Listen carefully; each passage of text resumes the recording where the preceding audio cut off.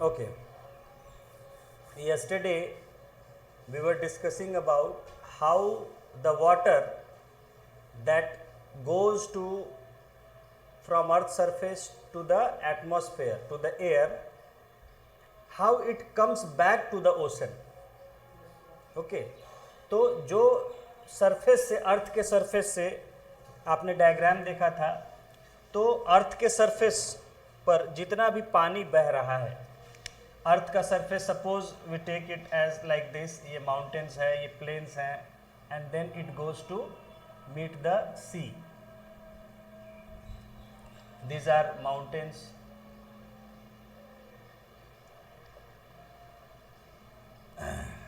Trees, ठीक है, there are herbs, shrubs, grasses. So first you understood that through the process of evapotranspiration, that is evaporation plus transpiration. Evaporation of water from earth surface, sea, ocean. तो evaporation of water from rivers, lakes, ponds, okay, and sea and oceans. ठीक है. और साथ ही साथ आपने देखा कि जो रेन वाटर आता है सॉइल में, वो भी क्या होता है, इट ऑल्सो इवेपोरेट्स. मिट्टी पर जब पड़ता है तो वो भी सूखता है, गर्मी से वो भी इवेपोरेट होता है.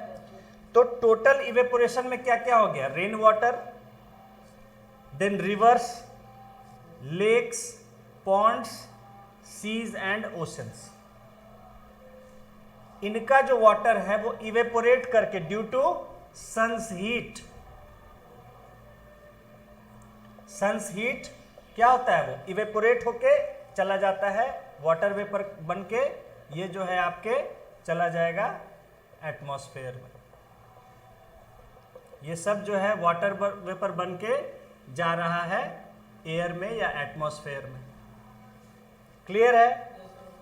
ये हो गया इवेपोरेशन. ट्रांसपिरेशन में जितने भी प्लांट्स हैं, all the plants over the land, over the sea, sea में भी प्लांट्स होते हैं, वो जो पानी, जो या तो जो टेरेस्ट्रियल प्लांट्स हैं, जो अर्थ के सरफेस पर प्लांट है, वो कहाँ से पानी लेते हैं, मिट्टी से लेते हैं, फ्रॉम द सॉइल. वो मिट्टी से पानी लेते हैं और फिर ऊपर ज़्यादा पानी हो जाता है तो उसको बाहर छोड़ देते हैं पत्तियों से, तो वो भी चला गया क्या, वेपर बन के वो चला गया एयर में. और साथ ही साथ जो सीज में है प्लांट्स या रिवर्स, लेक्स में है, वो भी अपना पानी तो वो ले लेता है नदी या तालाब, झील, जहाँ सागर से, और वो भी पानी ऊपर छोड़ता है ट्रांसपिरेशन के द्वारा. तो वो भी वाटर वेपर कहाँ चला गया, सारा चला गया एयर में. यानी टोटल इवेपोरेशन एंड ट्रांसपिरेशन से जो वाटर वेपर है वो एयर में चला गया, जितना जाना था. अब ये ऊपर गया तो क्या हुआ, जैसे आपको पता है कि air when it rises up क्या होता है, कूल डाउन होता है, ठंडा होता है, कंडेंस होगा. जब ठंडा होगा तो आपको पता है ठंडा होता है तो चीजें कंडेंस होती है, गर्म होती है तो एक्सपैंड करती है, पता है आपको. एयर जब ऊपर, जब गर्म होती है तो फैलती है, ठंडी होती है तो सिकुड़ती है. आपको पता है कि जब ग्राउंड पर एयर होता है तो गर्म होकर फैल जाती है, ऊपर उठती है तो ठंडा होते जाता है तो सिकुड़ते जाता है, कंडेंस होते जाता है. तो ऊपर जाके क्या होता है, ये कंडेंस होके क्लाउड बना देता है, क्लाउड्स फॉर्मेशन हो जाता है ऊपर. क्लाउड फॉर्मेशन, जब वाटर वेपर्स कंडेंस होने लगेगा तो क्लाउड बन जाता है. जैसे जैसे कंडेंस होता जाएगा और जो है उसका कलर डार्क होते जाता है. आपको कभी बादल बिल्कुल सफेद, कभी बिल्कुल ग्रे, कभी बिल्कुल ब्लैक कलर का दिखता है. तो जो ब्लैक है इसका मतलब क्या है, उसके अंदर पानी बिल्कुल भरा हुआ है, कंडेंस्ड है बिल्कुल. ब्लैक का मतलब बहुत ज्यादा बहुत ज्यादा, उसमें से बारिश होती है तो बहुत तेज इसलिए बारिश होती है. देखते हैं जब काले बादल हो जाते हैं तो खूब तेज मोटी मोटी बूंदों से बारिश होती है। हाँ, और जब लाइट कलर का बिल्कुल होता है तो उससे आपको सिर्फ छोटी छोटी बूंदे थोड़ी देर टपकेगा, फिर खत्म हो जाएगा। तो ये क्लाउड का जब फर्दर कंडेंसेशन हुआ तो क्या हुआ, आपको बताया था कि वाटर ड्रॉपलेट्स आपस में चिपकने लगते हैं। इसके अंदर वाटर ड्रॉपलेट्स है। क्लाउड क्या है, वाटर ड्रॉपलेट्स है, वाटर वेपर्स है। क्लाउड क्या है, it is a collection of water vapours जो कि नजदीक आ गए हैं। जो वाटर वेपर्स हैं, हाँ वही है, बस नजदीक आ गए हैं तो हमें बाकी से अलग जैसा दिखने लगता है, डार्क कलर का। वाष्प, यस, जो स्टीम आप देखते हैं निकलता हुआ, आपको भाप अलग से दिखती है कि नहीं? वही भाप समझ लीजिए कि ऊपर क्लाउड के रूप में आपको दिख रहा है।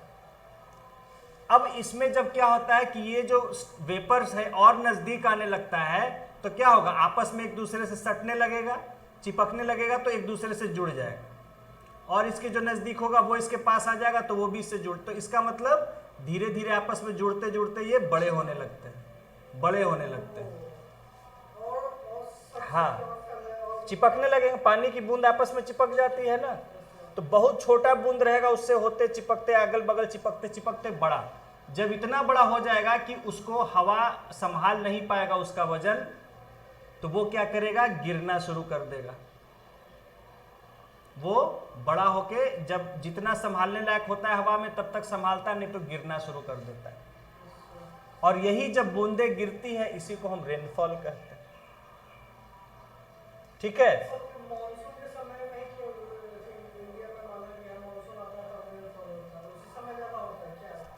टेम्परेचर के कारण, सब सर अखिल टेम्परेचर के कारण, टेम्परेचर का होता है। टेम्परेचर, विंड कैसे आ रही है, ठंडा बताएंगे, ज्योग्राफी में बताए हैं आपको, आप भूल गए। तो उस समय क्योंकि सारा खेल टेम्परेचर के कारण है। ठीक है, टेम्परेचर, मॉइस्चर। चलिए यहां देखते हैं अभी जो है साइंस पार्ट। तो अब ये जो बूंदे हैं, आपको पता है कि अगर नॉर्मल टेम्परेचर रहा, कम टेम्परेचर रहा तो ये तो रेन की तरह गिरेगा। अगर ज्यादा ठंडा हो गया, वहां ठंडी हवा आ गई कहीं से जिसने वहां का टेम्परेचर बिल्कुल डाउन कर दिया, तो क्या होगा, ये जम जाएगा। तो अगर बड़ा ड्रॉपलेट होगा तो जम के क्या बन जाएगा, हेल, ओला, पत्थर जिसको बोलते हैं।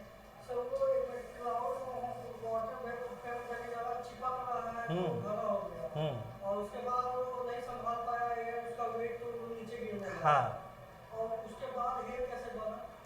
वही बता रहे हैं, अगर उसको जैसे जहां पर क्लाउड था वहां पर ठंडी हवा आई, अगर ठंडी हवा चली आई तो टेम्परेचर, हाँ तो टेम्परेचर डाउन हो गया किसी कारण से, ठंडी हवा है चाहे जैसे भी, तभी जाके हेल या हाँ तो वो इतना ठंडा हो जाता है कि फ्रीजिंग पॉइंट हो जाता है उसका। तो वो क्या, जो वाटर ड्रॉपलेट था वो जम जाता है आइस की तरह, पत्थर की तरह, और वो गिरता है, तो वो उसको हम हेल कहते हैं। नहीं, हेल तो यही होता है जो ओला। हाँ, अगर ये छोटा छोटा ही रहा और तभी जम गया, जैसे अभी बड़ा नहीं हुआ था सब, ये तो बड़ा हो गया उसके बाद ठंडा हुआ ना। मान लीजिए बड़ा नहीं हुआ था, छोटा ही छोटा था, और उसी समय कहीं से ठंडी हवा आई तो क्या हुआ, सारे छोटे छोटे ड्रॉपलेट्स वो जम जाएंगे और वो छोटे छोटे रुई के फाहे की तरह, बर्फ की तरह जम जाएगा। वो स्नो है, स्नोफॉल। स्नोफॉल देखे हैं? हाँ, स्नोफॉल जब आप देखेंगे बिल्कुल रुई जैसा गिरता है, ऐसे तैरता हुआ आता है, उसमें कोई वजन नहीं होता, बिल्कुल छोटा सा रहता है। सब जगह जहाँ भी हिल स्टेशन है गिरता है। नैनीताल, जितने भी हिल स्टेशन है, 2000 मीटर के अबव हाइट जो भी है वहाँ स्नोफॉल होता है, क्योंकि स्नो लाइन 1800 मीटर के आसपास होता है। नहीं, हम बता रहे हैं आपको, कोडाईकनाल में नहीं होगा, तो वार्म जगह है वहाँ उतना ज़्यादा। तो जैसे कोई भी आप हिल स्टेशन ले लीजिए, तो वहाँ क्या है, तो बर्फ जब गिरती है तो जैसे ओला गिरता है, ओला तेजी से गिरता है, ओला गिरता है ना, तो हम लोग का सारा शीशा फोड़ दिया था स्कूल का, हेल, क्योंकि इतने बड़े बड़े गिरे थे। वो तो इतने तेजी से गिर रहे थे, सिर पे गिर जाए सिर फोड़ दे। इतने बड़े बड़े लाइफ में मैंने पहली बार देखे, और सारा शीशा तोड़ दिया जितने स्कूल के थे। हेल, हाँ, और स्नो जो है वो बिल्कुल फाइन होता है और बिल्कुल वो तैरता हुआ आता है, वो तेजी से नहीं गिरता है। ऐसे लगेगा आसमान में कि तैर रहा है, हर तरफ छोटा छोटा कुछ सफेद सफेद छोटा छोटा तैर रहा है। वो तेजी से नहीं गिरता क्योंकि उसका वेट होता ही नहीं। आपको पता भी नहीं चलेगा, आपके बॉडी पर बर्फ जम जाएगा। ओला तो गिरेगा, जहां गिरेगा आपको पता चला देगा कि गिरा है। और बर्फ बर्फबारी होता है, हाँ। नहीं है। नहीं, वो स्नोफॉल है। बर्फ मतलब कि जो हम लोग यहाँ पे जो ऊपर यहाँ जो बर्फ, गिरता है, यहाँ इसको बर्फबारी नहीं कहते हैं, इसको ओला कहते हैं। अच्छा, उसको ओला कहते हैं। हाँ, जो प्लेन्स में होता है या वहां भी होता है, जो बड़े बड़े जो होते हैं, यानी कि वाटर इतने बड़े से लेके जितने बड़े भी हों, उसको हम हेल कहते हैं। ओलावृष्टि, ओला की बारिश। और जो बिल्कुल महीन रुई जैसी गिरती है उसको बर्फ कहा जाता है, यानी स्नोफॉल कहा जाता है। तो स्नोफॉल जो है बिल्कुल तैरता हुआ आता है, ऐसे तैरता हुआ हवा में, ऐसे ऐसे ऐसे जैसे रुई तैरता है, उड़ता रहता है ना रुई, उस तरह से आता है। और जम जाता है नीचे आके। जम जाएगा, बर्फ है, आपके शरीर पर पूरा जम जाएगा खड़े रहेंगे तो बर्फ में। तो ओला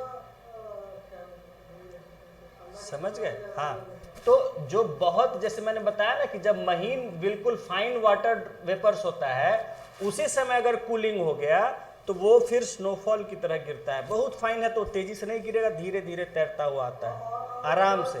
आप ऐसे देखते रहिएगा, वो धीरे धीरे धीरे धीरे धीरे धीरे ऐसे आता मोटा है। रहेगा तो हेल होगा, पतला रहेगा तो स्नोफॉल। समझ गए। मोटा रहेगा तेजी से गिरेगा, बिल्कुल मोटा हेल हो जाएगा। जैसे आप बारिश में देखते हैं, कभी कभी बारिश के साथ भी छोटे छोटे बर्फ के टुकड़े गिरते हैं, है ना, तो हम लोग कहते हैं ओला भी पड़ रहा है साथ में। तो वो ओला छोटा से लेके बड़ा तक, इतना बड़ा तक हमने देखा हुआ है। इतना बड़ा हमने देखा है। हाँ, तो वो हो गया हेल। और जो बिल्कुल महीन रुई की तरह गिरता है हिल स्टेशन पे स्नोफॉल। हिल स्टेशन पर, वो स्नोफॉल यहाँ नहीं होगा।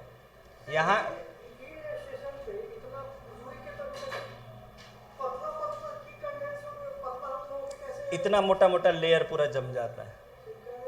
ऊपर से जो गिरता है पतला होता है, तभी ना जब हवा पास करता है, ठंडा हवा तो नीचे गिरता है, तो वो स्नो कहते हैं। हिल स्टेशन पर मोटा मोटा चिपक के क्यों नहीं गिरता है, हेल क्यों नहीं गिरता है? वो एटमॉस्फेयर पर डिपेंड करता है।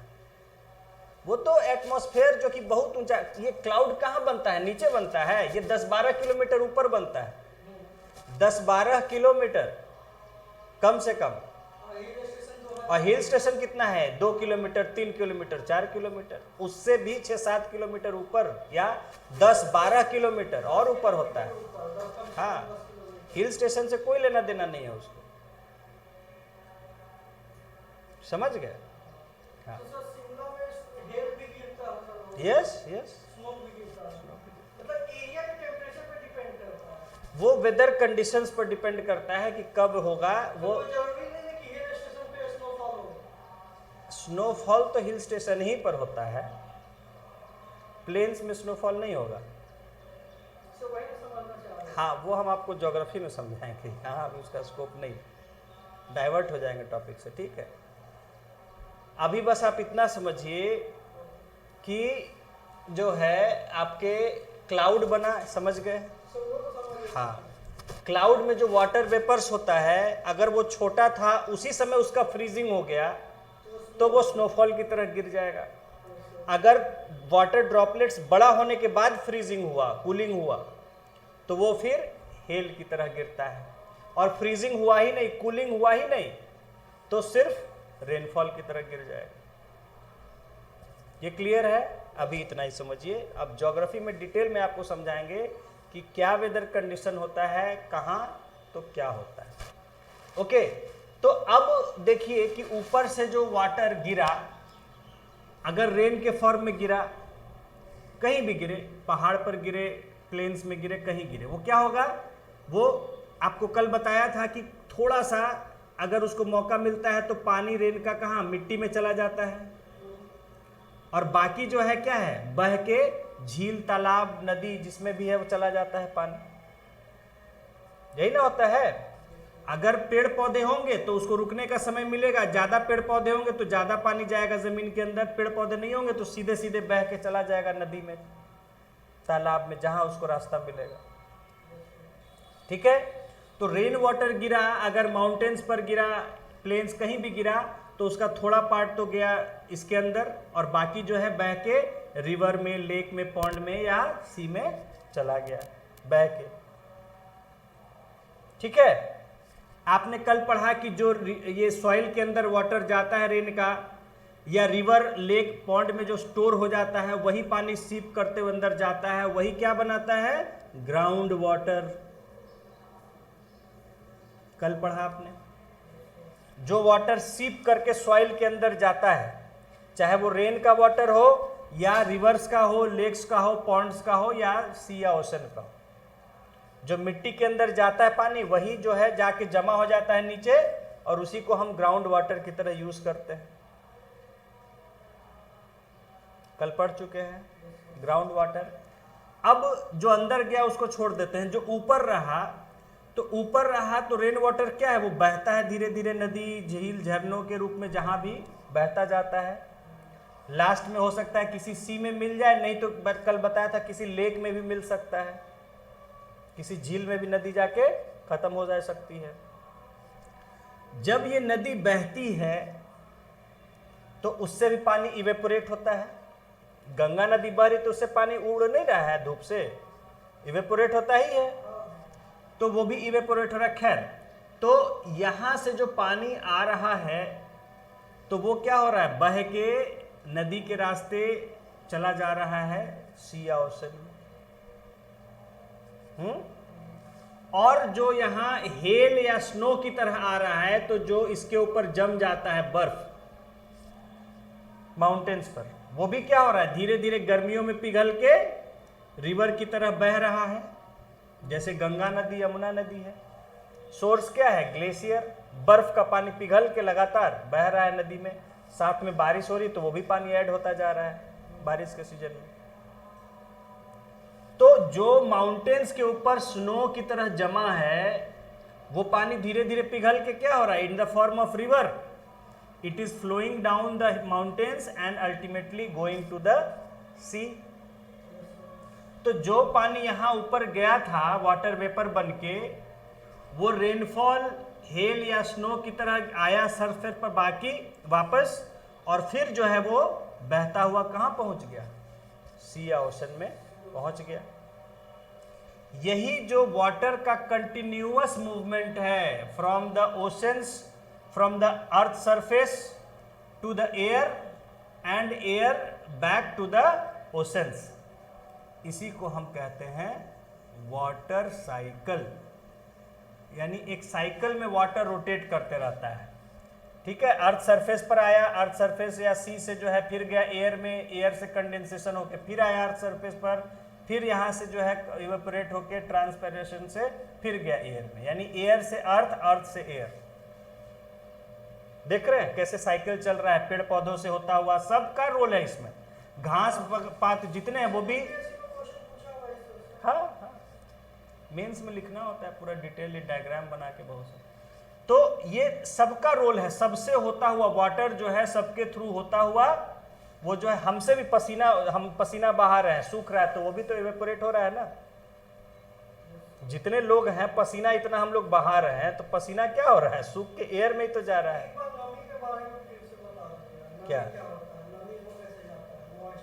मॉइस्चर, वाटर जब वेपर में कन्वर्ट हो जाता है वही नमी है, ह्यूमिडिटी, उसी को नमी का।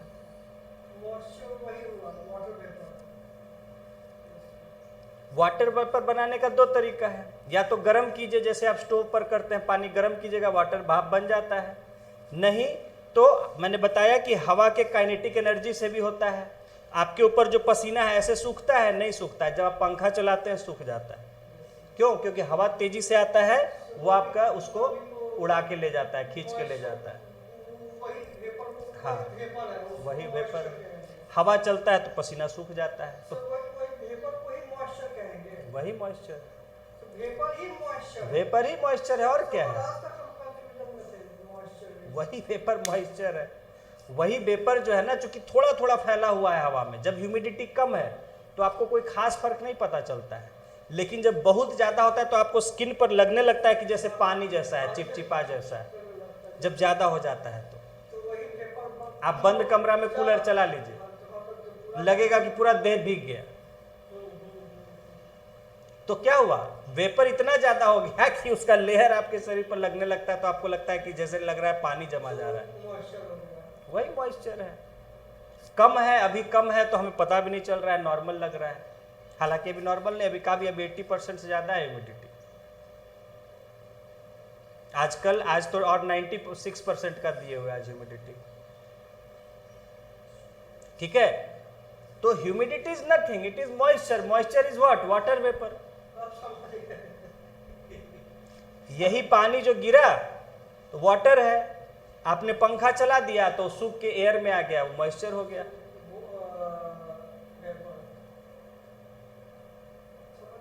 ठीक है, तो यहां देखा आपने वाटर साइकिल, किस तरह से वाटर जो है, वाटर और वाटर वेपर के बीच में कन्वर्ट होता रहता है।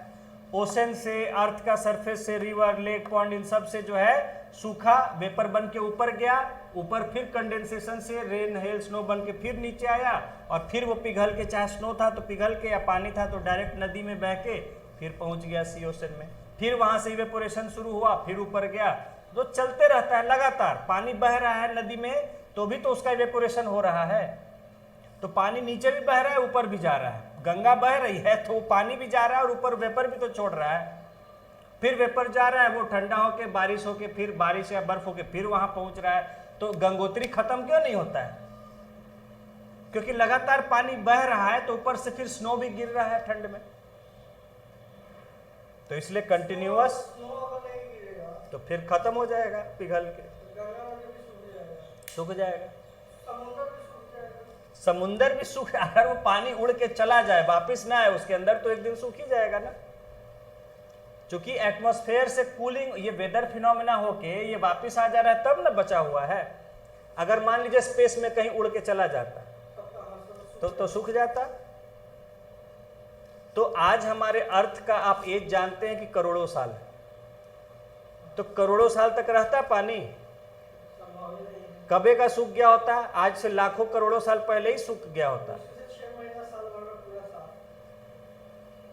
आप देखते नहीं, आपके आसपास का छोटा मोटा तालाब होता है, सूख जाता है, फिर बारिश आता है तब पानी भर जाता है, या फिर बोरिंग करवा के पानी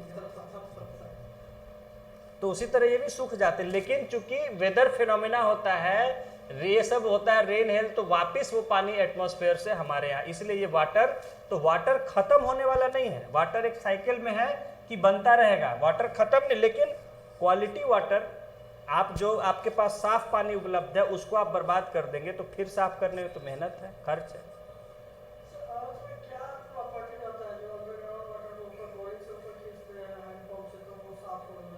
अरे कुछ प्रॉपर्टी नहीं, आप एक बात बताइए, आपको फिल्ट्रेशन पढ़ाए ना, सेपरेशन में बहुत सारे तरीका बताए थे साफ कर सेपरेशन का।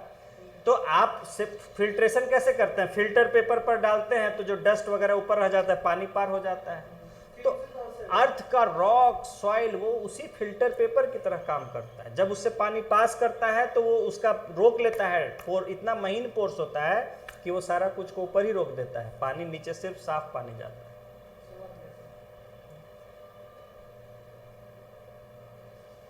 ओके, तो कैसे क्लाउड बना आप समझ गए।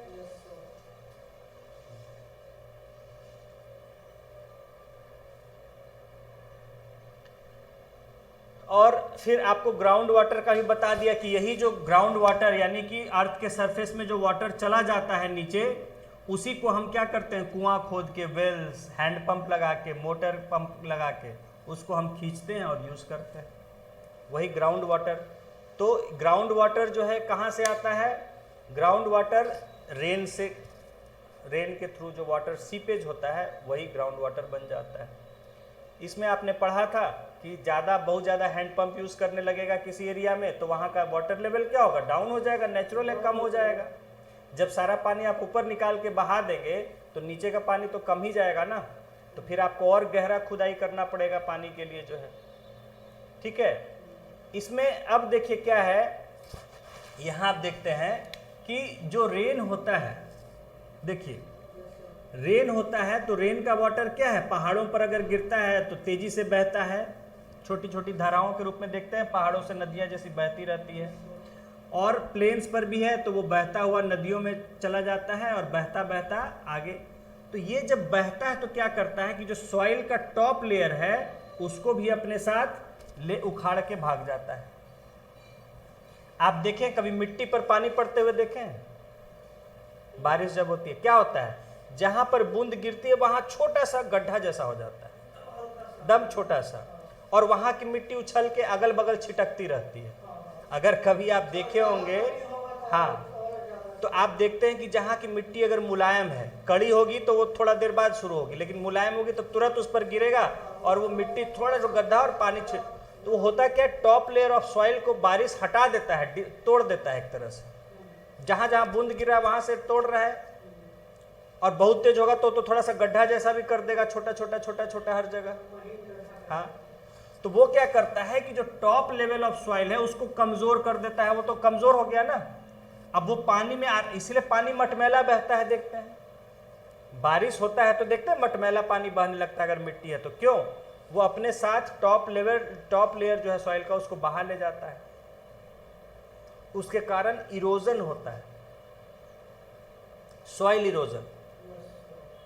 तो जो टॉप लेवल है सॉइल का जो काफी फर्टाइल होता है उसको नदी बहा के अपने साथ लेके चला जाता है, तो इससे हमारा फर्टिलिटी का भी नुकसान होता है सॉइल।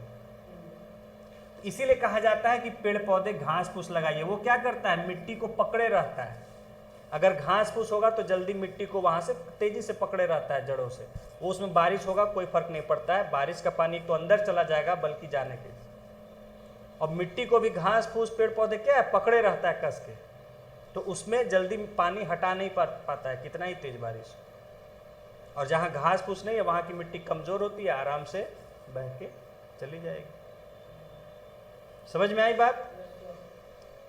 तो इसको आपने लिखा है कि flowing rain water also takes away the top layer of soil away with it. देखिए मिला, हाँ फ्लोइंग, देखिए हाँ, इन दोज एरियाज, ये लिखा है इन दोज एरियाज, उससे पहले हाँ, in those areas where the land has little और नो वेजिटेशन, यानी कि जहां बहुत कम या न के बराबर पेड़ पौधे हैं, the rain water flows away quickly. तो रेन वाटर क्या है, क्योंकि रोकने वाला कोई है नहीं, घास फूस झाड़ियां पेड़ पौधे क्या करते हैं, पानी को रोकने का काम करते हैं ना, ऑब्स्टेकल की तरह रहेगा पानी के बहाव में। और अगर पेड़ पौधे घास फूस कुछ नहीं है तो उसको तो खुला रास्ता मिल जाएगा बहने के लिए, तो तेजी से बहेगा। तो जहां पेड़ पौधे नहीं होंगे वहां वाटर, रेन वाटर तेजी से बहेगा। Flowing rain water also takes the top layer of soil away with it, और जब वो तेजी से उसको बढ़ने का मौका मिलता है, खूब ताकत आ जाता है पानी में, तो वो अपने साथ साथ मिट्टी को भी बहा के ले जाता है।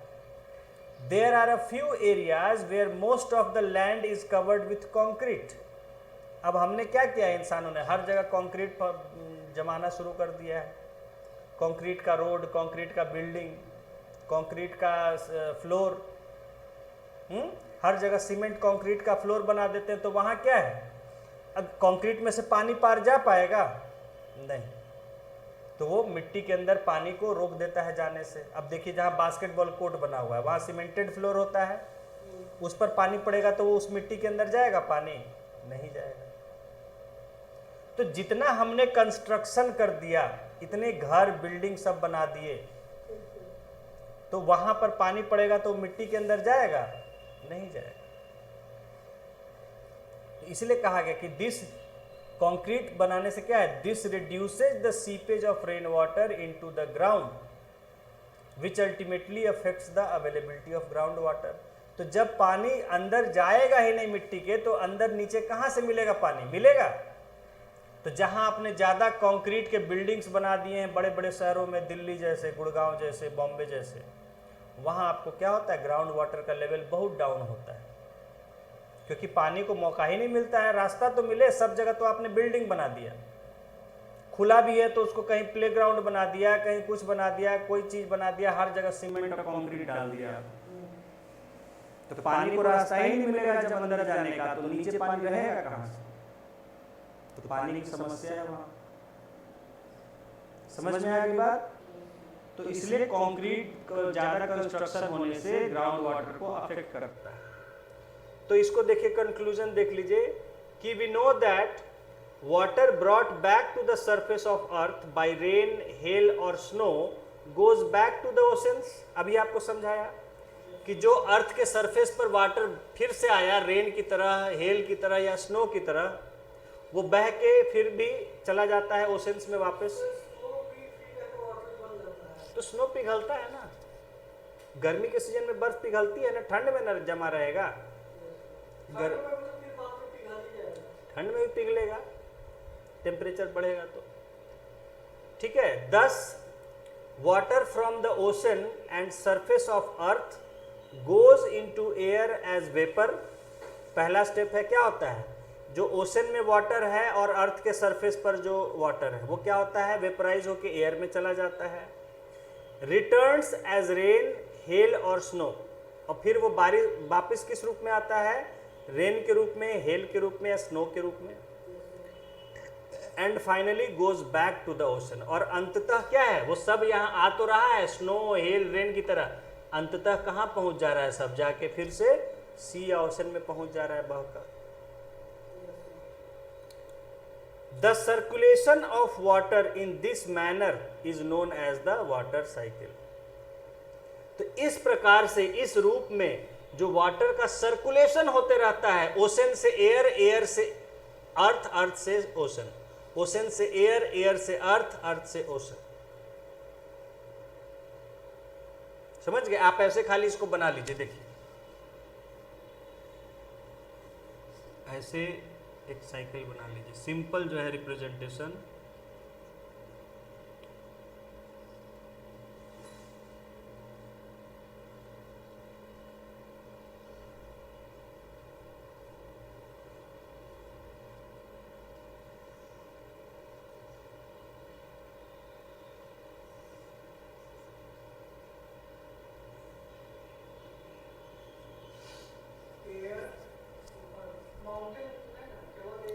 एयर, अर्थ, माउंटेन सब तो अर्थ ही पर आ गए, सी ओशन हो गया, अर्थ या अर्थ सरफेस यहाँ लिख लीजिए।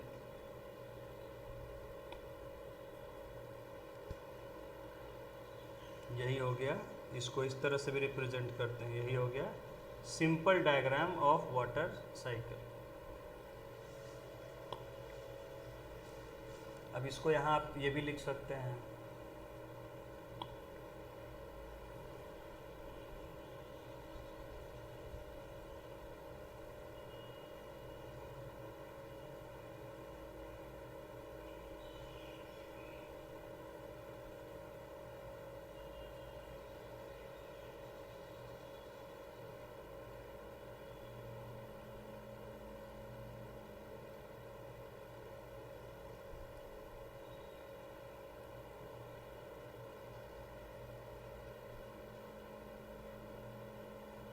देखिए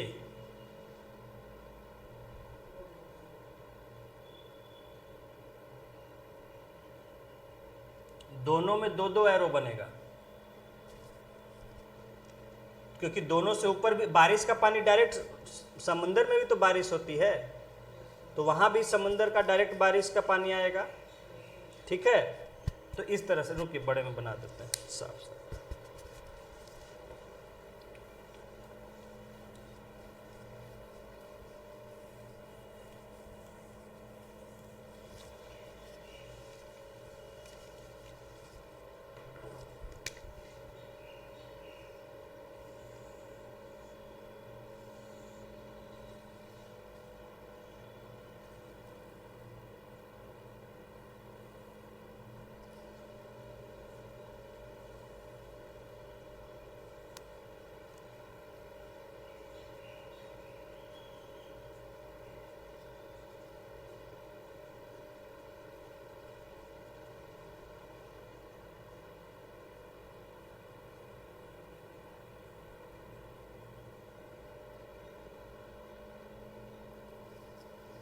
ठीक है।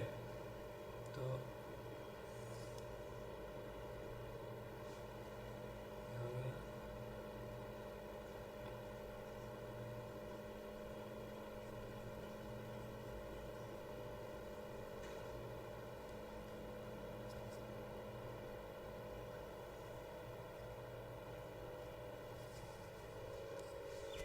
सहमति को काट के बड़ा बना लेंगे। हम्म, अच्छे से बना लीजिए।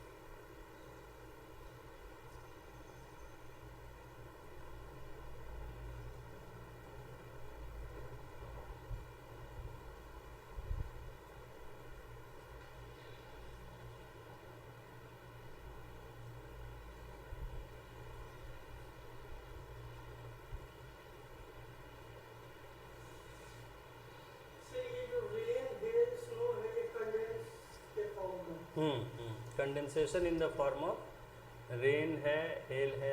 एरो मार्क ठीक से ध्यान से बनाइएगा, उल्टा पुल्टा मत करिएगा। पता चला कि कंडेंसेशन से आप दिखा रहे हैं कि पानी ऊपर जा रहा है, ठीक है, उल्टा हो जाएगा।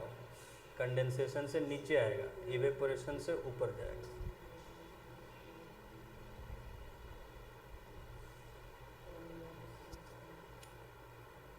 देखिए जैसे ये बना रहे हैं ना, ये एक बहुत ही बेहतरीन डायग्राम है। ज्योग्राफी सेक्शन में कहीं क्वेश्चन में आप इसको अगर रिटर्न है क्वेश्चन और उसको आप लिख देते हैं, बहुत अच्छा मार्क्स मिलेगा। ज्योग्राफी में डायग्राम्स का बहुत रोल होता है, डायग्राम्स का, मैप्स का, चार्ट्स का, यानी ग्राफिकल रिप्रेजेंटेशन। कंडेंस इधर से पीछे से ऊपर गया।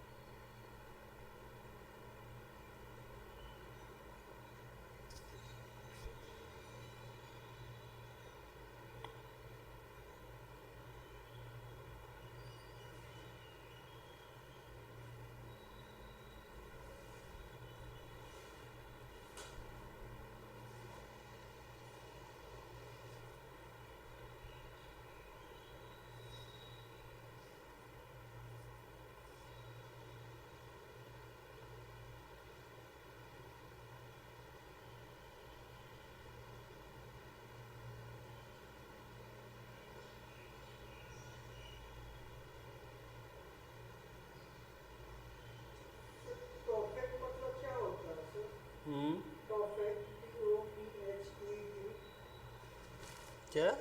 टॉफेट, TOEH और से मतलब हेल होता है, नरक होता है।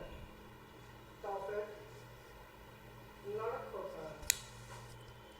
नहीं जानते, या तो आप वर्ड कुछ गलत प्रोनाउंस कर रहे हैं।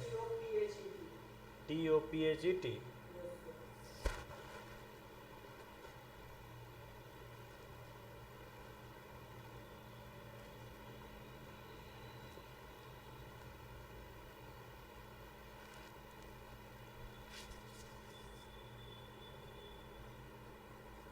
ये अगर होगा भी तो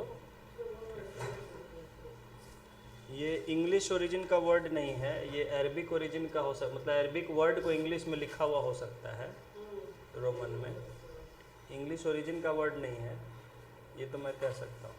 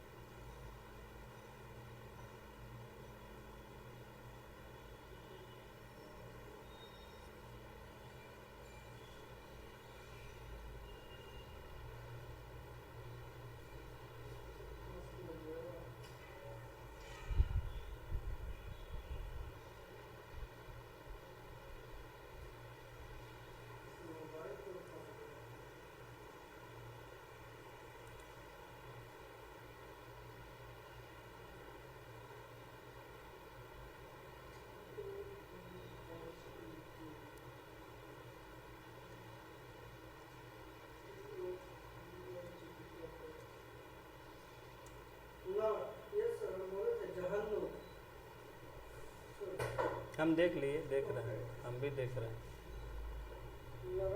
ये टर्म फॉर हेल लिखा हुआ है इन द हिब्रू बाइबल, टोफेट और तोफेत। तो ये एक्चुअली नहीं है क्या, एक्चुअली इसका स्पेलिंग सही अलग है, ये लास्ट में ETOPHETH होता है, उसको आजकल हम लोग अवॉइड कर देते हैं, सिर्फ इतना ही लिखते हैं, ठीक है, HETH। हाँ, और इसको जो है एक्चुअली अरबी में तुफैत बोलते हैं, तुफैत, समझे? नहीं, लैटिन वर्ड नहीं है, ठीक है। लैटिन में वो चला गया। हाँ, ये एक्चुअली उनका है जो है हिब्रू बोलते हैं, हिब्रू कल्चर से आया हुआ वर्ड है, ठीक है। तुफैत नाम की एक जगह हुआ करती थी, समझे, जहाँ वो क्या करते थे कि अपने जो उस समय बहुत पहले की बात है, जिस समय एंशिएंट कल्चर होता था, ठीक है, पागान कल्चर बोलते थे, कि जब ईश्वर मतलब जैसे कि ये तंत्र मंत्र और पशु पेड़ पौधों की पूजा करना बहुत पुराना रिलीजन था, जब पत्थरों की पूजा होती थी, बलि दी जाती थी, समझ गए। तो उस समय जो है अपने देवताओं को खुश करने के लिए बच्चों की बलि दी जाती थी उस जगह पर, तुफैत, समझ गए। बच्चों को वहाँ जला दिया जाता था, बलि दे दिया जाता था कि देवता खुश हो, जो भी देवता मानते थे उस समय। बलि देना, सैक्रिफाइस करते हैं। हाँ, सैक्रिफाइस, बलिदान त्याग ना होगा, तो बलि चढ़ाना तो सैक्रिफाइस कैसे कर सकते हैं? सब बलि चढ़ाते हैं ना, जैसे हाँ, क्या हुआ उसमें? तो इसको इंग्लिश में भी सैक्रिफाइस, वो भी सैक्रिफाइस, सैक्रिफाइस ही, बलि चढ़ाना, सैक्रिफाइस ही इंग्लिश में कहते हैं, ठीक है। बलि चढ़ाना और त्याग करना अलग चीज हो गई, बलि चढ़ाना। चलिए वो हम आपको समझाएंगे, वो दोनों एक ही बात है, अलग नहीं है, त्याग करना, बलि देना एक ही चीज़ है। हाँ, तो अभी देखिए समझिए कि उस समय एक जो जगह थी तो उसको लोग बड़े ही मतलब एक हे दृष्टि से देखते थे, जैसे कुछ कैसे होता है आज के डेट में अघोरी, मतलब जो गलत तंत्र मंत्र करता है, काला जादू करते नहीं, लोग उसको मार डालते हैं कि चुड़ैल थी, डायन थी, या काला जादू करती थी कोई, या आदमी करता है। तो ऐसे ही उस समय जो लोग कुछ किया करते थे, समझे, तो वो लोग क्या है कि बच्चों को जला देना। तो जिस जगह वो छुप के रहते थे, आम लोगों के उसमें नहीं रहते थे, छुप के कहीं पहाड़ों में गुफाओं में रहते थे और ये सब काम करते थे, तो उस जगह को तुफैत, या इंग्लिश में उसी को रोमन में लिख दिया है, कोई वर्ड नहीं, अरबिक वर्ड जो नाम है, या हिब्रू, एक्चुअली अरबिक से पुराना हिब्रू, तो हिब्रू वर्ड को ही रोमन में इस तरह से तुफैत लिख दिया जाता है। तो ये कोई वर्ड नहीं है, जस्ट नाम है। तो उसको जो है, तो उसको लोग मतलब हेल की तरह, नर्क की तरह, कि बड़ा ही मतलब गंदा वहाँ पर होता है। जैसे अभी भी आप हिंदू में अघोरी लोग होते हैं, तो अघोरियों का जो है आप जानते हैं कि बड़ा अजीब है, आम आदमी के लिए समझना मुश्किल है। मैं उसको गलत नहीं कहता हूँ, या धार्मिक दृष्टि से वो बहुत ही एक पुण्य है, ठीक है, लेकिन आम आदमी क्या देखता है कि अरे लाश खा रहे हैं, नरकंकाल में शराब पी रहे हैं हट खोपड़ी में, और मरा हुआ सड़ा हुआ खा रहे हैं, ये सब चीज़ मतलब शमशान में रहते हैं। तो उसको आम आदमी क्या है, एक गलत दृष्टि से देखता है कि अरे बेकार है, जबकि it is also a very pure religion, ठीक है। नागा बाबा हैं, या आपके देखिए जैनों में जो हैं आते हैं, दिगंबर होते हैं, तो क्या है, लोग समझते हैं अरे भाई ऐसे ही नंगे घूमते रहते हैं। नंगे नहीं घूमते हैं, आप उनके विचार नहीं समझ सकते हैं। आप पापी हैं, वो पुण्य है।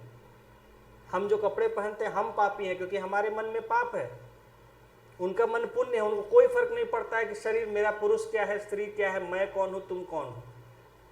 They don't have any hesitation कि भाई जब आदमी पैदा ही हुआ नंगा तो उसको शर्म कैसी एक दूसरे से, सब नंगे पैदा होते हैं। तो it is a very pure belief. और बाद में जब आदमी के मन में पाप आ गया तो उसने कपड़े से अपने आप को ढकना शुरू कर दिया, अलग दिखाने के लिए दूसरों से। सब थोड़े कपड़ा पहनते थे शुरू में, जो अपने आप को बाकियों से अलग दिखाना चाहता था उसने कपड़े, और कपड़े पहनने को पहले पाप माना जाता था। आप जानते हैं इस बात?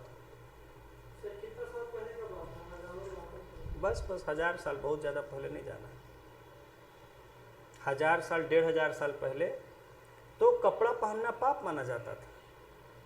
Man was born naked and he was destined by God to roam naked in this world. आज के डेट में इस लोग कहते हैं कि ये एक अदृश्य गुलामी है जो हम करना पड़ता है, कपड़ा पहनना जबरदस्ती। Why not be free? When we are born naked, we die naked also. तो खैर चलिए, बड़ी गहरी बातें हैं। आजकल सुपरफिशियल चीज़ों में लोग अपना ज़िंदगी बिता देते हैं पूरी। तो कौन हम बैकवर्ड है, जो आदिवासी लोग ऐसे रहते हैं, या हम फॉरवर्ड हैं कि वही फॉरवर्ड है और हम बैकवर्ड हैं? ठीक है, ये सब समझने की बात है। They believe in natural living, we believe in artificial living. ठीक है, ये स्किन बना ही है कि धूप हवा लगे इसमें, हम लोग उसको जबरदस्ती कपड़े से ढक देते हैं। सूर्य से क्या होता है? सूर्य से हमें एनर्जी ना मिलती है, फिर सूर्य से छुपने की क्या जरूरत है?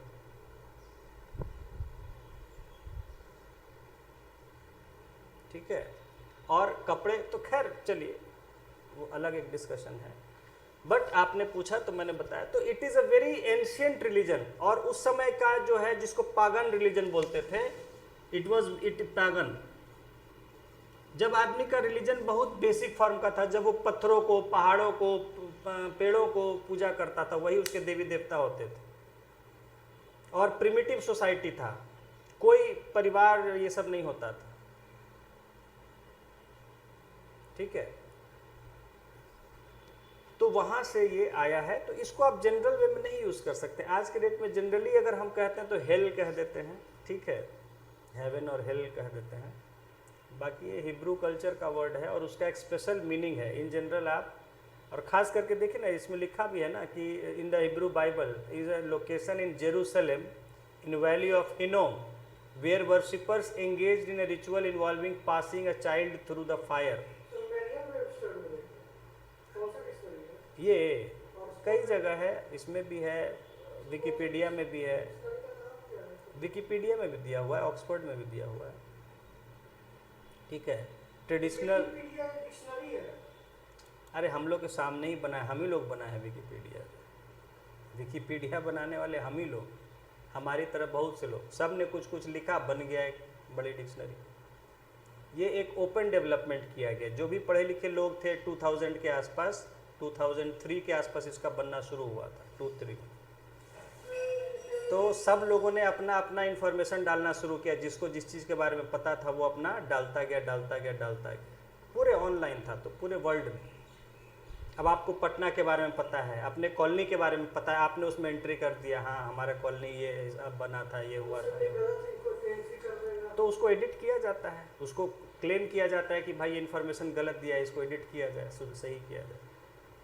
तो आज के डेट में काफ़ी कुछ उसमें सही रहता है, लेकिन बहुत ऑथेंटिक नहीं। अब हालांकि अब स्टैंडर्ड के टर्म पे हम लोग उसको जो है ना कहा सुनी खाली मानते थे, हम लोग उसको कभी शुरू में ऑथेंटिक नहीं मानते थे, कहा सुनी, क्योंकि पता चला जिसको जो मना है लिख देता था। बिहार के बच्चे तो और उल्टी सीधी बातें लिखे रहते थे अपने, क्योंकि फ्री था, जिसको जो मना रहा है अपना डाल दो।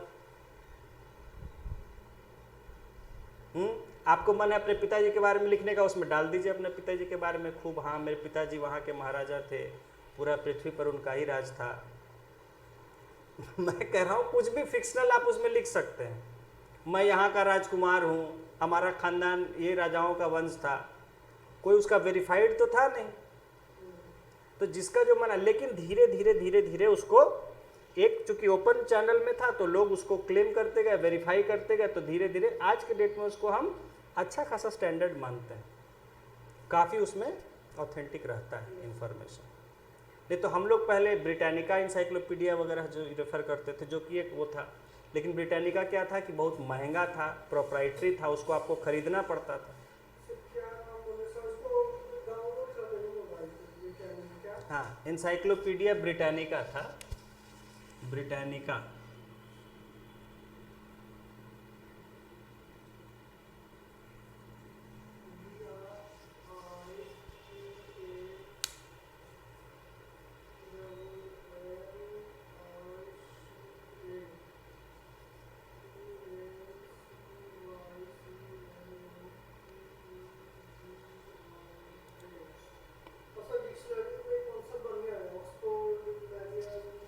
सब बढ़िया डिक्शनरी जो भी है, कुछ स्टैंडर्ड में बताया ना आपको, ऑक्सफोर्ड भी अच्छा है, मेरियम वेबस्टर भी अच्छा है, लॉन्गमैन भी अच्छे हैं, कोलिंस भी अच्छा है, कैम्ब्रिज भी बहुत अच्छा है, कैम्ब्रिज। वेबस्टर भी है, वेबस्टर है कि ज़्यादा जो पढ़े लिखे ज़्यादा ज्ञानी लोग हैं उन लोग के लिए है। ऑक्सफोर्ड है कि सबके लिए बना है कि थोड़ा कम पढ़ा लिखा है वो भी समझ जाएगा। वेबस्टर क्योंकि क्या है कि बहुत डिटेल में होता है, इन डेप्थ होता है, तो जिसको किसी भी चीज़ के बारे में अच्छा नॉलेज चाहिए होता है तो वो वेबस्टर यूज़ करता है, और उसमें इंफॉर्मेशन भी ज़्यादा दिया रहता है।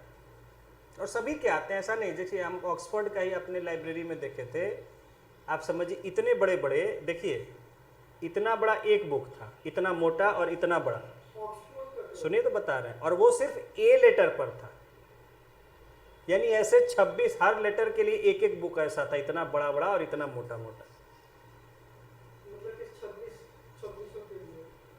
एक एक ए के लिए एक, बी के लिए एक, सी से एक, यही था इंसाइक्लोपीडिया, मतलब किसी भी वर्ड के बारे में पूरी डिटेल इंफॉर्मेशन।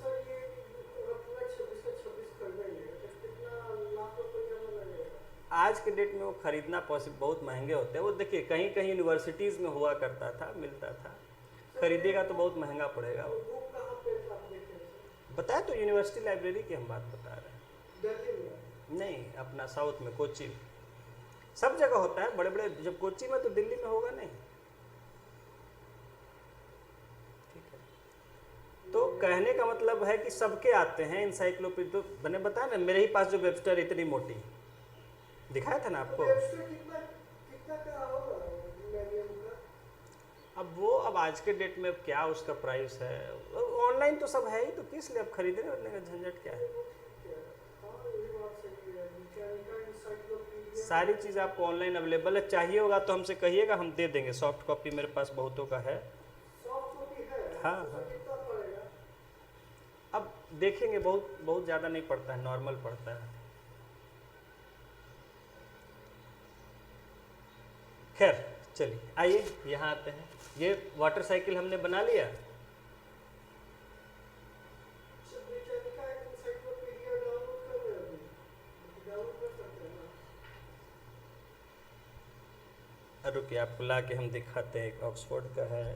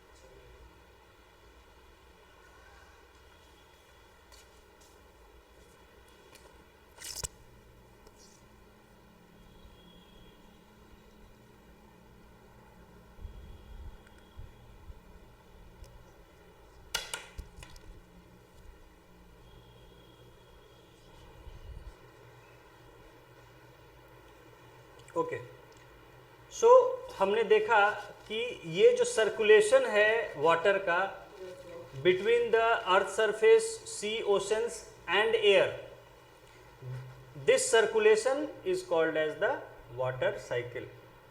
ठीक है, यही आपने लिखा कि this circulation of water between ocean and land is a continuous process. ये ओशन और लैंड यानी अर्थ सरफेस के बीच में पानी जो है कहाँ है, यहाँ से यहाँ, यहाँ से यहाँ, यहाँ से यहाँ, बीच में एयर तो खाली एक मीडियम है, यहाँ ठहरता तो है नहीं, यहाँ गया, यहाँ से यहाँ गया, यहाँ गया, यहाँ से यहाँ गया। तो ये जो चलते रहता है लैंड और वाटर, लैंड और ओशन के बीच में, ये लगातार चलता रहता है, क्योंकि देखिए 24 घंटे इवेपोरेशन हो रहा है, 24 घंटे प्रेसिपिटेशन भी यानी बारिश भी हो रहा है, या रेन और स्नो जहाँ जो होना है वो हो ही रहा है, और 24 घंटे नदियाँ बह रही हैं, 24 घंटे ट्रांसपीरेशन भी हो रहा है, पेड़ पौधे सब छोड़ रहे हैं vapours, everything is going on 24 hours. So this is a continuous process and this maintains the supply of water on land, और इसी के कारण लैंड पर हमारे वाटर का सप्लाई बना रहता है। सप्लाई नहीं तो खत्म हो जाएगा, अगर पानी नहीं आएगा तो क्या होगा, वाटर खत्म हो जाएगा। बोले कुछ पूछना है? So what is process from the soil into the root by the physical process? हाँ, Absorption होता है। एब्जॉर्प्शन हो जाएगा। Absorb करता है।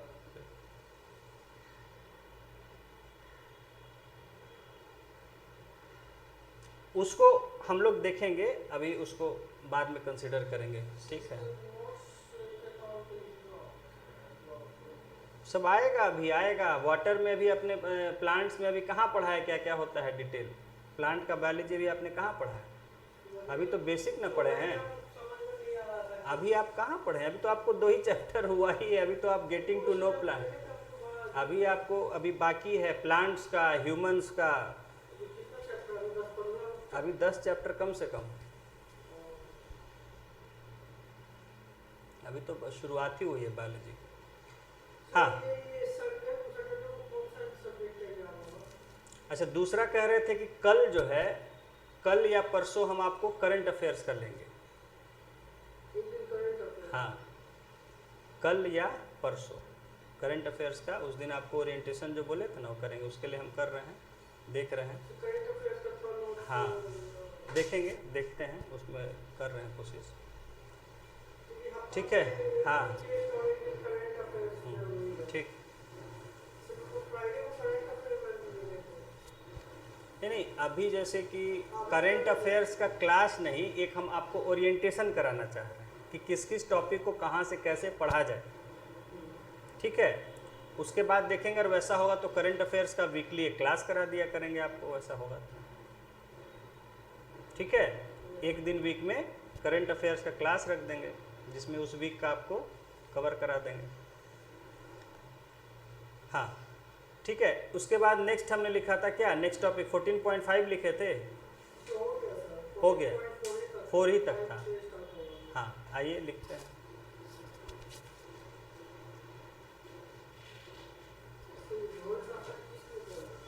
कुछ कुछ सेलिब्रेशन चलता रहता है, देखिए मौसम से जुड़ा हुआ बहुत सारा चीज़ है, रीति रिवाज है, लोग हर तरह के लोग हैं, अपना करते रहते हैं, गांव के, शहर के, सब तरह का। 14.5 What if it rains heavily? What if it rains heavily? यानी अगर बहुत तेज जब बारिश होती है तो क्या होता है, What happens?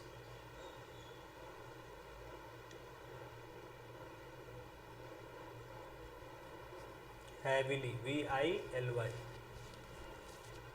question mark.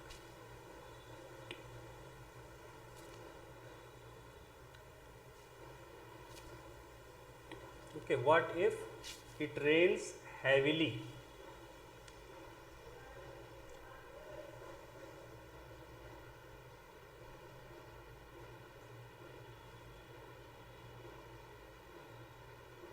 No, लिखिए, the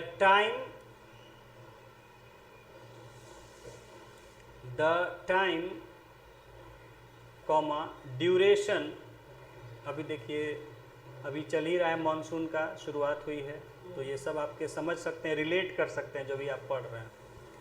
the time comma duration and the amount of rainfall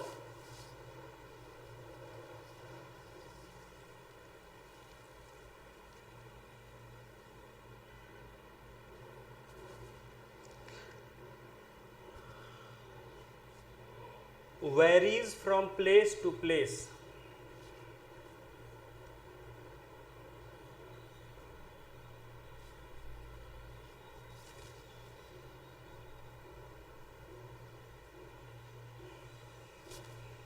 Full stop. In some parts of the world,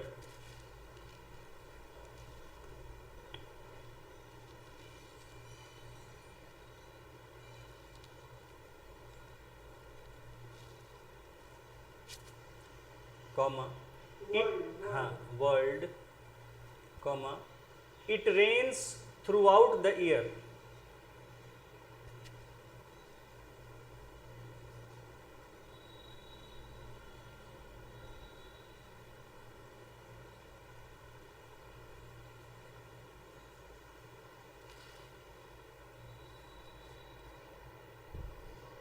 While there are places ERE, there are places where it rains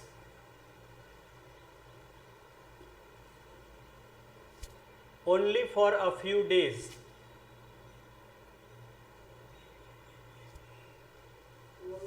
Only for a few days. एक मुझे याद पड़ रहा है, बहुत पहले train वगैरह में चलते थे तो कोई आदमी जीके की किताब बेचते रहते थे, वो सवाल पूछा करते थे कि कौन सी जगह है जहाँ दुनिया में कौन सी जगह है जहाँ एक ही दिन बारिश होती है साल में, या 2 ही दिन, इस तरह का सवाल पूछा, मुझे अभी याद आ रहा है जो ये दिखा रहे हैं आपको। एक ही दिन बारिश कैसे हो सकती है? हाँ नहीं है, बहुत से ऐसे जगह हैं जहाँ एक दिन तो नहीं, लेकिन मतलब 4-5 दिन, हफ्ता, इतना ही बारिश होती है, ज़्यादा नहीं बारिश साल भर में। तो कौन सी जगह होगा? बहुत से जगह हैं जहाँ ड्राई एरियाज हैं, जहाँ रेनफॉल बहुत कम होता है, लेस रेनफॉल एरिया है, वहाँ बहुत कम दिन बारिश होता है। ठीक है, आएगा, सब ज्योग्राफी में आएगा, पढ़ाएंगे।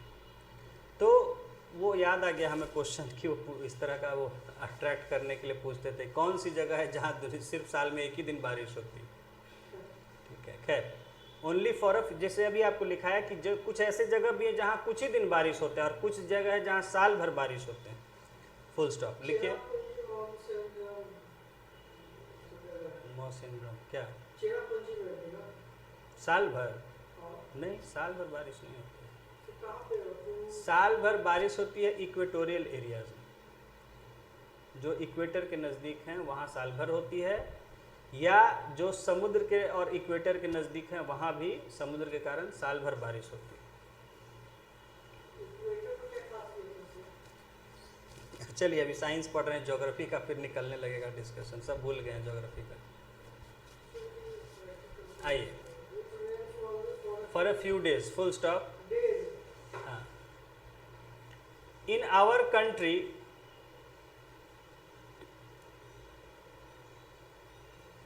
comma most of the rainfall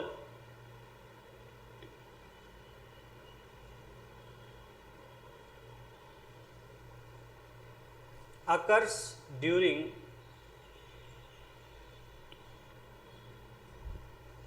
the monsoon season.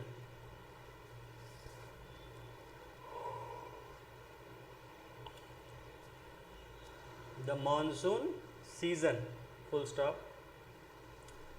Rains bring relief, अभी हम लोग महसूस कर रहे हैं, rains bring relief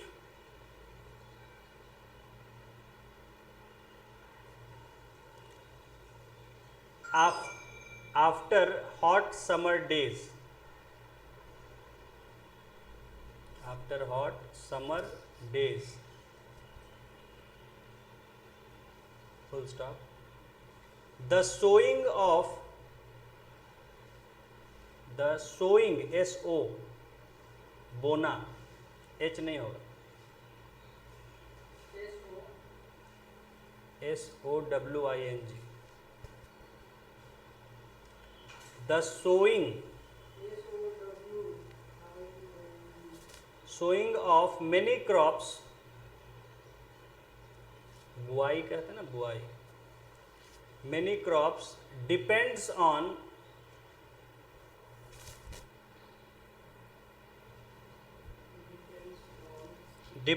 on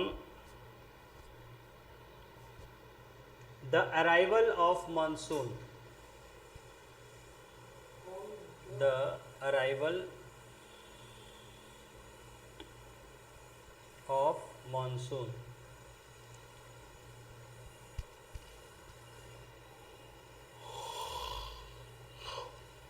full stop। however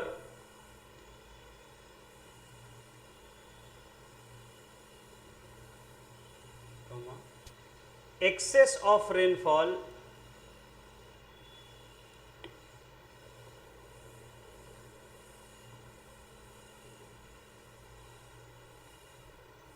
rains में ऊपर एपोस्ट्रॉफी एस नहीं होगा, heading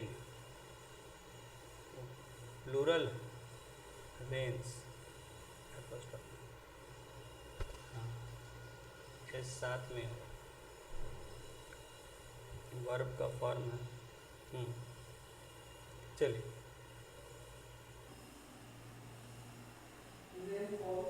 rainfall may lead, LEAD, lead to many problems,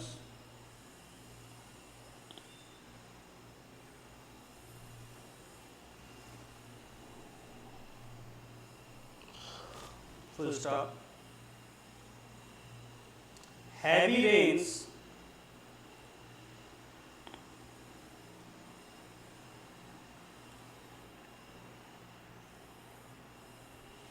may lead to rise in the level of water,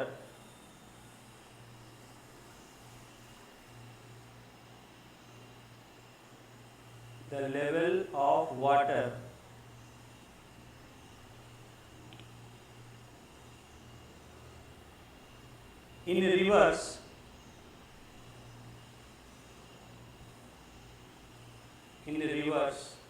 comma lakes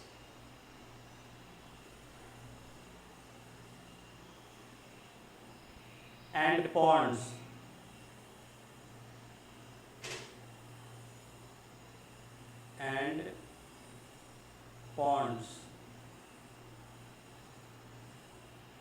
full stop। the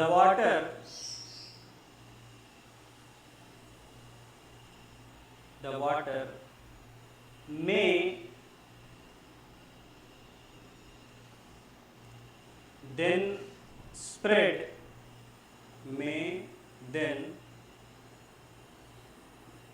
spread over large areas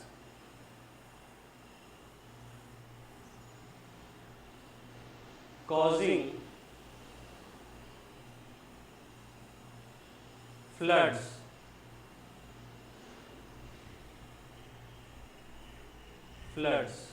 full stop। the crop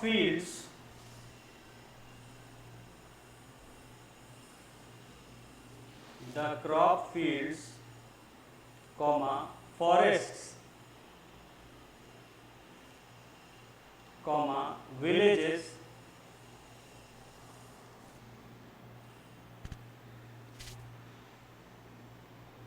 and cities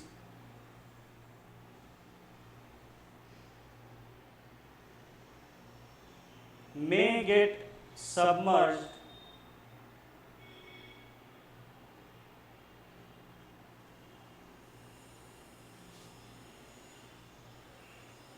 by water,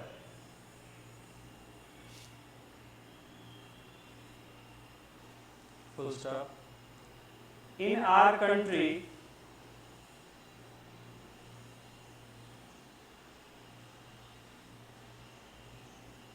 comma, floods cause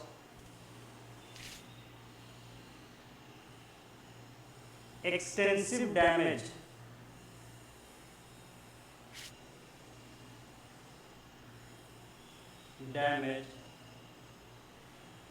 to crops, GE, damage to crops, comma, domestic animals,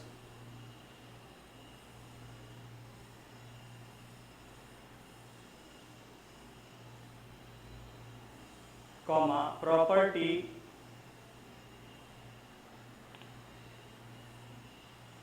and human life.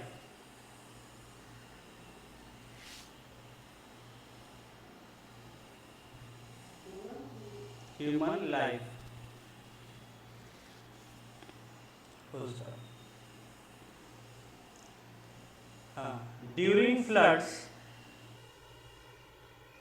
अब देखिए बिहार के लिए बहुत important है, हमेशा flood आता है तो इस सबको ध्यान रखिएगा, क्वेश्चन में लिखना रहता है means during floods comma the animals living in the water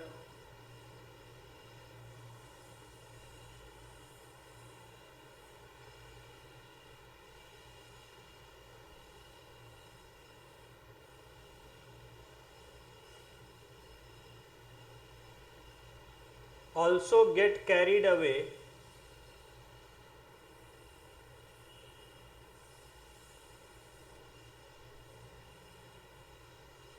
with the waters,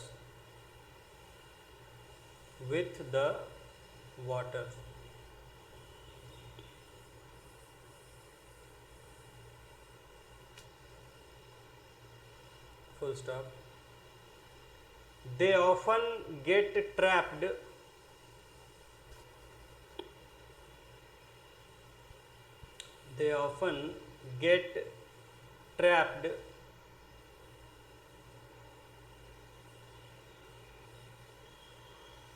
double PO trapped on land areas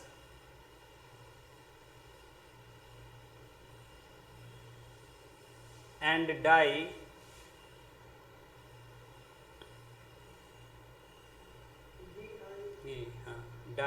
when flood water recedes,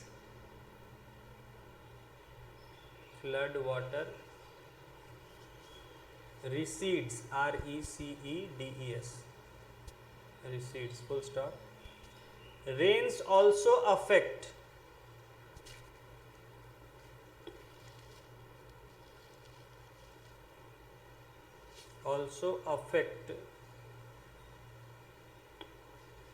the animals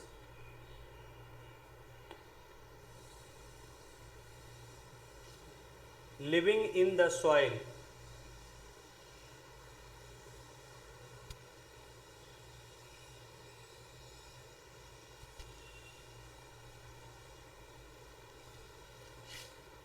full stop. ठीक है, देखिए इसको समझ लेते हैं. So now we have understood the phenomena of rains, a water cycle, and how water is transferred between land and oceans.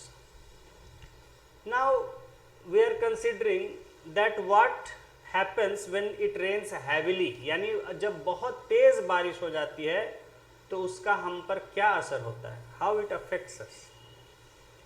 तो देखिए सबसे पहले आपने लिखा कि the time, duration and amount of rainfall varies from place to place, यानी एक जगह से दूसरे जगह में बारिश कितनी होगी, कब होगी और किस मात्रा में, किस अमाउंट में होगी.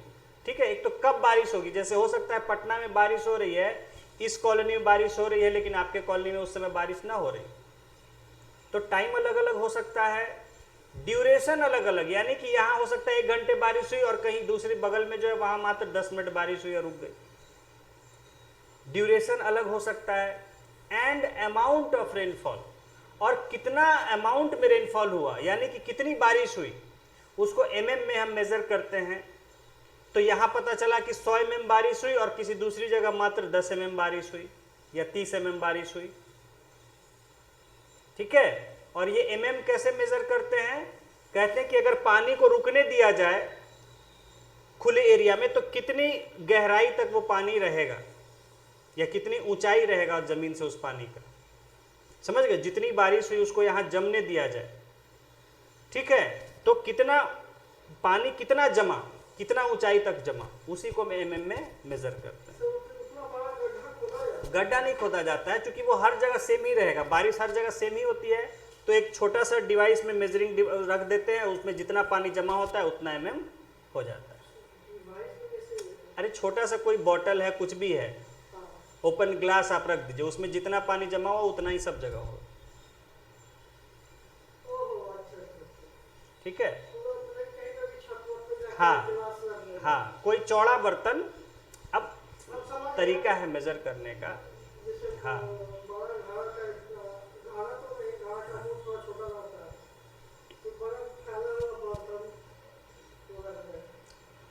ठीक है, तो जितना पानी उसमें जमा होगा उतना ही, क्योंकि सब जगह उतना ही पानी गिरा होगा,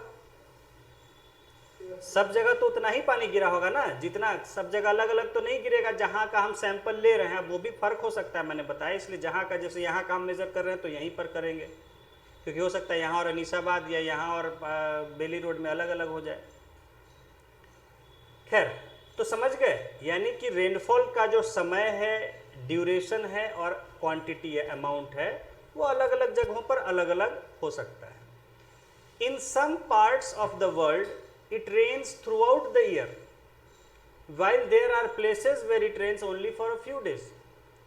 अब साल में कितने दिन बारिश होती है ये भी अलग अलग हो सकता है, क्योंकि दुनिया में कुछ ऐसी जगह है, मैंने बताया इक्वेटर के आसपास जितनी जगह है वहां साल भर बारिश होती है, डेली बारिश होती है। डेली वहां 3-4 बजना है कि बारिश शुरू हो जाती है टाइम से। ठीक है, दिन खूब गर्म होगा और जहां 2 के बाद 3 बजे 3:30 बजे बारिश शुरू हो जाएगी, तो वहां फिक्स है, every day of the year वहां बारिश होती है। तो समझ लीजिए कि साल में 365 दिन बारिश होती है। और वहीं कुछ ऐसे जगह भी हैं जहां बारिश मात्र कुछ दिन होती है, फ्यू डेज, हो सकता है 4 दिन, हो सकता है 5 दिन, हो सकता है 15 दिन, वेरी फ्यू डेज। अगर हम अपने देश की बात करें, in our country most of the rainfall occurs during the monsoon season. तो साल भर की जो बारिश का ज्यादातर हिस्सा जो होता है, most of the it happens during monsoon season. बाकी हमें पता है कि कभी कभी जाड़ों में भी बारिश हो जाती है या और भी मौसम में थोड़ा बहुत बारिश अचानक हो जाती है। बट अगर आप टोटल अमाउंट की बात करेंगे तो मैक्सिमम उसका जो होता है वो मॉनसून के ही सीजन में ही होता है। Rains bring relief specially after hot summer days. और आपको पता है, जैसे आप अभी अनुभव कर रहे हैं, महसूस कर रहे हैं कि जब गर्म दिन शुरू हो जाते हैं, खूब गर्मी पड़ने लगती है और उसके बाद हमें जब बारिश आती है तो हमें ठंड से बड़ा रिलीफ मिलता है उस गर्मी से। तो बारिश हमें गर्मी से भी रिलीफ देने का काम करते हैं। The sowing of many crops depends on the arrival of monsoon. और कई फसलों की बुआई भी जो होती है वो मानसून के आने पर ही डिपेंड करती है।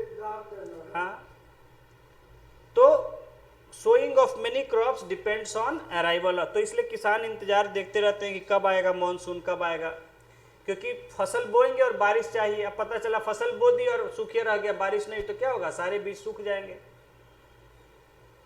तो बीज को तो जब आपने बोया तो उसको मॉइस्चर चाहिए, पानी चाहिए, तो इसलिए वो बादल की राह तकते रहते हैं कि बादल आया और यहाँ बुआई शुरू कर दी ताकि वो ग्रो करेगा। नहीं तो बो दिया और पानी नहीं पड़ा तो क्या हो जाएगा, सारे बीज सूख के खराब हो जाएंगे।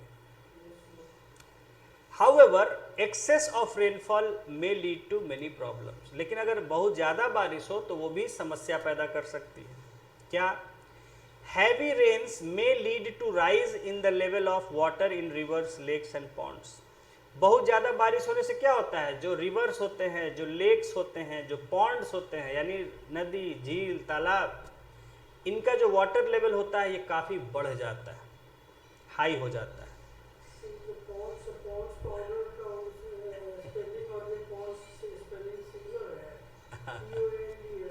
वो पॉन्ड्स में एपोस्ट्रॉफी एस होता है। पाउडर वगैरह हाँ, यहाँ है प्लूरल, ठीक है। आइए, इससे पॉन्ड होगा। तो वहाँ पे पॉन्ड्स में जैसे apostrophe ऐसे क्यों लग रहा है? अब वो कुछ होगा, कोई पॉन्ड होगा जिसकी वो कंपनी होगी तो पॉन्ड्स इसलिए लिखता होगा। पॉन्ड कंपनी का नाम है। अरे जो उसका मालिक होगा ना, परिवार जो उसका मालिक होगा उसका टाइटल पॉन्ड होगा। अच्छा, नाम हाँ, शर्मा जी मिठाई दुकान कैसे लिख देता है सब, तो वैसे ही पॉन्ड का कंपनी होगा तो पॉन्ड्स हो गया। जैसे हवेली लाल्स था, वो हवेली लाल से अब हेवेल्स हो गया।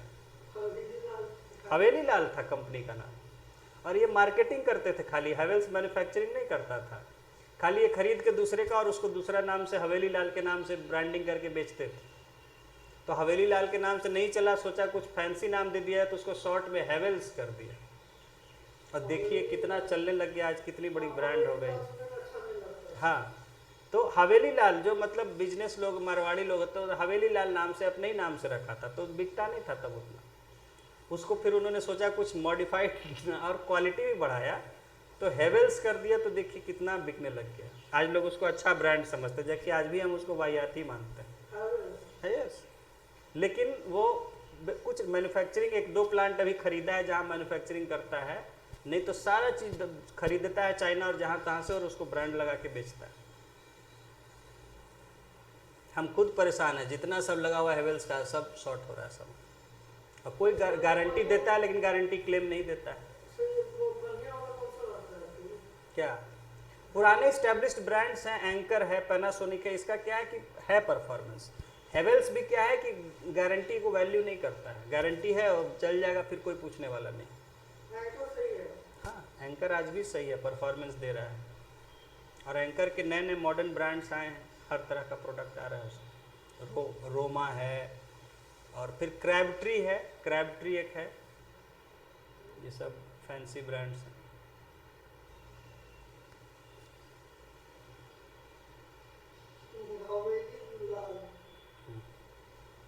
तो बहुत कम लोग जानते हैं, ठीक है। तो ये क्या करता है ना कि कुछ कुछ देश में जहाँ चीज़ें सस्ती बनती है वहाँ से इंपोर्ट करता है सीधे, और उस पर अपना लेबल लगा के यहाँ बेच देता है। आजकल चाइना से बहुत ले रहा है।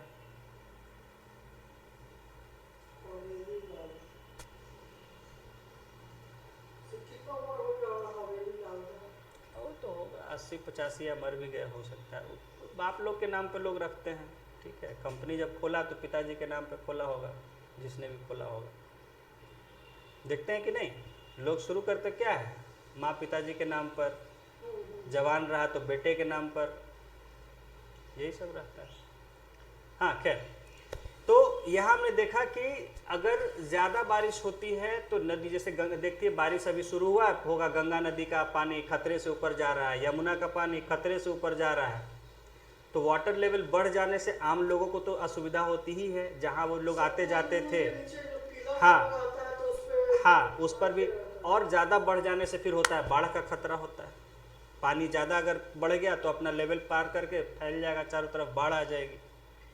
तो यही है, the water may then spread over large areas causing floods.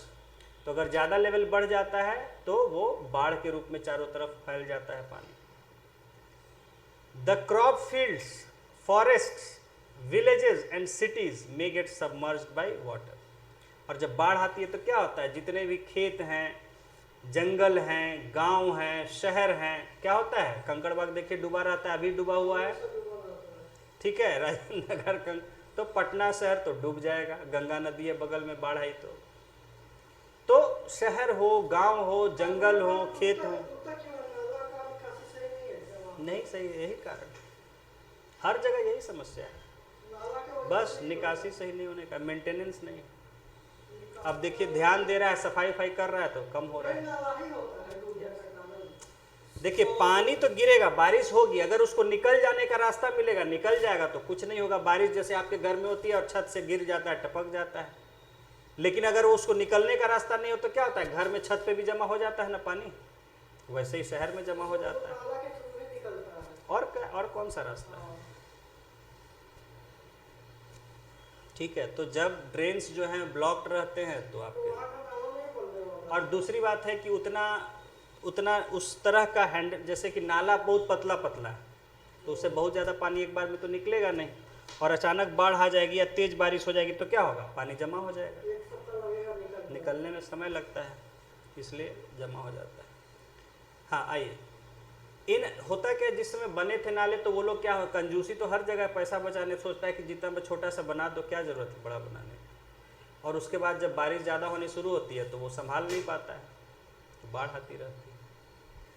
चलिए, in our country floods cause extensive damage to crops, domestic animals, property and human life. और हमारे देश में बाढ़ से बहुत बड़े स्तर पर जो है नुकसान पहुंचता है, फसलों को, पालतू जानवरों को, जमीन जायदाद का, प्रॉपर्टी का यानी माल का, और ह्यूमन लाइफ यानी मनुष्य के जीवन का। तो जान और माल, जान हो गया जान, क्या होता है जायदाद? जायदाद प्रॉपर्टी, जायदाद मतलब क्या होता है? प्रॉपर्टी में क्या है जैसे? प्रॉपर्टी में क्या है, जो भी कुछ प्रॉपर्टी है, प्रॉपर्टी हर चीज़, एक ज़मीन भी प्रॉपर्टी है, मकान भी प्रॉपर्टी है, एक कंप्यूटर भी प्रॉपर्टी है, हर चीज़ उसको प्रॉपर्टी, जायदाद कहते हैं। जायदाद कहते हैं हर चीज़ को मिलाकर, जायदाद। एसेट्स कहिए, प्रॉपर्टी कहिए, जो भी आपके पास है। चलिए,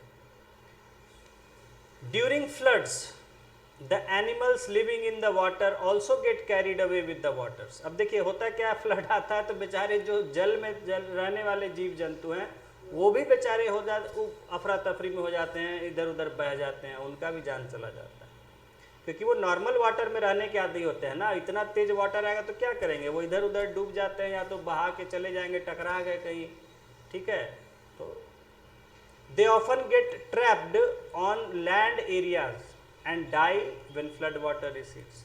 तो क्या होता है, कई बार वो पता चला पानी के साथ बह के कहीं फंस गए जमीन में, पानी उछाल मारा बाढ़ की तरह तो उसको भी जमीन पर कहीं फंसा दिया, अब बेचारा फंसा हुआ वहाँ बिना खान पान के मर जाता है, ठीक है। तो व्हेन फ्लड वाटर रिसीड्स, अब मछलियों को उठा के पानी जो है फेंक दिया जमीन पर तो वो क्या मछलियाँ होंगी, मरेंगी ही ना। Rains also affect the animals living in the soil. उसी तरह जो मिट्टी में रहने वाले जीव जंतु होते हैं उनको भी रेन्स प्रभावित करती है। अब एक अर्थवन तैर बेचारा रेंग रहा होगा और उसके ऊपर बारिश का पानी तेजी से आके गिरेगा तो वो तो बेचारा मर ही जाएगा ना उसके झटके से। ओला गिर गया तब तो कॉकरोच वगैरह सबका काम तमाम, चूहे का भी काम तमाम हो जाएगा। अगर कोई चूहे के ऊपर ओला गिर गया तो बचेगा वो? ओला तो गिरा, खरगोश नहीं बचेगा, चूहा तो छोड़ दीजिए। और बड़ा ओला रहा तो सियार व्यार भी ढेर हो जाएंगे, कुत्ते ढेर हो जाएंगे। अगर इस साइज का ओला गिर गया तो कुत्ते के सिर पर अगर लग गया तो कुत्ता भी ढेर हो जाएगा, बिल्ली ढेर हो जाएगी। Okay, so rains also affect the animals living in the soil. होता क्या है कि सॉइल में जो आप पता है बरोज बना के रहते हैं, मिट्टी के अंदर रहते हैं, बारिश होता है तो क्या होता है, पूरा पानी से भर जाता है। तो जितने सांप हैं, बिच्छू, चूहे, नेवले सब रहने वाले मिट्टी में, इनका जो बरो होता है पूरा वो भर जाता है पानी से। तो बेचारे या तो बाहर निकलने के लिए मजबूर हो जाते हैं। इसलिए देखिए बारिश के दिनों में सांप वहाँ पानी में खूब तैरने लगते हैं, और नहीं तो डूब के अंदर फंस के मर जाते हैं।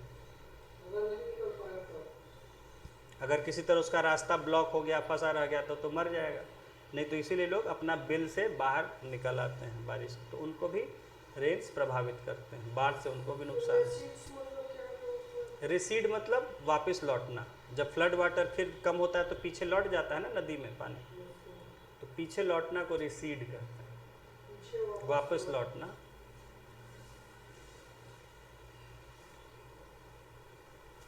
वापस लौटना या कम होना।